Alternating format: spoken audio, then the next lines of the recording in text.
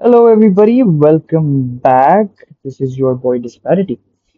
Today, we are going to talk about a weapon that was recently buffed. That is the Kilo 141, the AR, right? The buff does not honestly look that significant. Let's be very, very honest, because the buff is just on the arm multiplier, the lower arm multiplier, and the movement speed buff on the YKM integral suppressor light, right? It does not look very big, but here's the catch. The catch is that now it makes the Kilo 141 the top 4 weapon in the game. Not the top 4 weapon, the top 4 AR in the game. Obviously, it's not beating the Odin, the XM4, or the Type 19. But here's the catch. It does feel a little bit more consistent and faster in those tighter areas. Given the fact that competitive has now come down to SMGs being the meta, the Kilo 141 is a nice change in pace with your AR. So as an AR user, you get the range as well as the TTK that you so badly require against the USS or the VMP, right? Uh, Now let's get down to basics. We have two types of players. One is the casual player, and the other is the competitive player, right? So the competitive player will generally use these three perks. That is the flak jacket, the gung ho, and the dead silence or the survival training, right? As whereas the rank player will have a perk creed or something else. Generally speaking, they will probably use the lightweight and this and that. So the rank build is going to be a little different versus the competitive build, right? The competitive build I made is this. The reason being the extra movement speed buff and the bullet penetration with the FMJ. Uh, the only reason why the bullet penetration, the FMJ, I prefer over a marksman barrel and this or that is because of the extra pace that you get without using lightweight.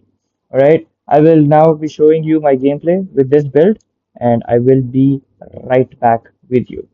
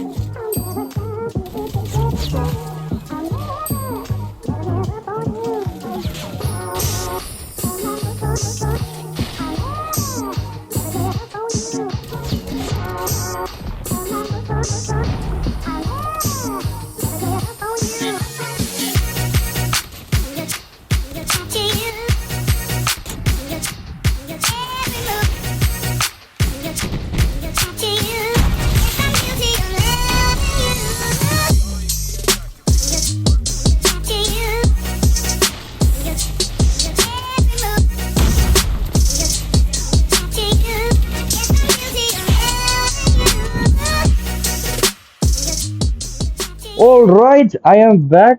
That was a the decent gameplay. You probably seen better. After some flip farming, let us go down back to the Kilo 141 that I've made for all you casual watchers. All right. So casual gameplay, I would probably have you use this build. Mainly because you have no downsides of your vertical recoil or your horizontal recoil, and it makes your life much simpler. Competitive gameplay, you're probably skilled enough to use weapons with higher recoil for better control. You can probably beam longer ranges, and this is what you will be using for your rank gameplay. So the reason why I'm using the tactical suppressor over the monolithic is because of the BSA. It does not have the BSA problem. The monolithic gives you about another 25% damage range buff.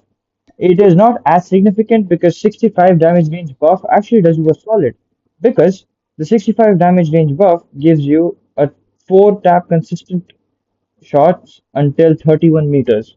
I don't think in a natural case scenario you will be taking gunfights over 31 meters or 35 meters, and even 35 meters you have about 23 damage profile, which is pretty good. It is almost a 5 shot, but if you are hitting one head or a chest, you will get a 1.4 or a 1.2 on your damage, which will significantly increase your impact, making it a consistent 4 tap gun.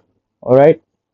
And this is why I suggest you'll run this in case you cannot handle the no stock with the extra hit flinch. You can always turn towards the skeleton stock, which has a significantly less hit flinch. All right, but I would recommend you try running this build out. And now you will be seeing the gameplay with this build.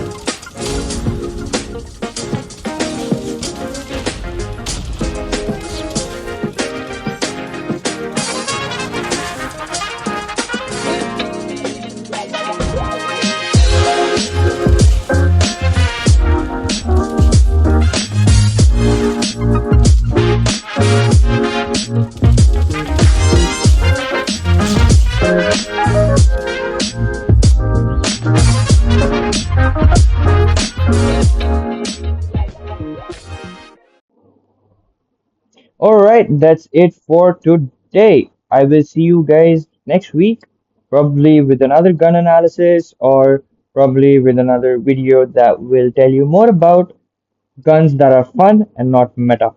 Anyways, see you all soon. Bye bye. Peace out.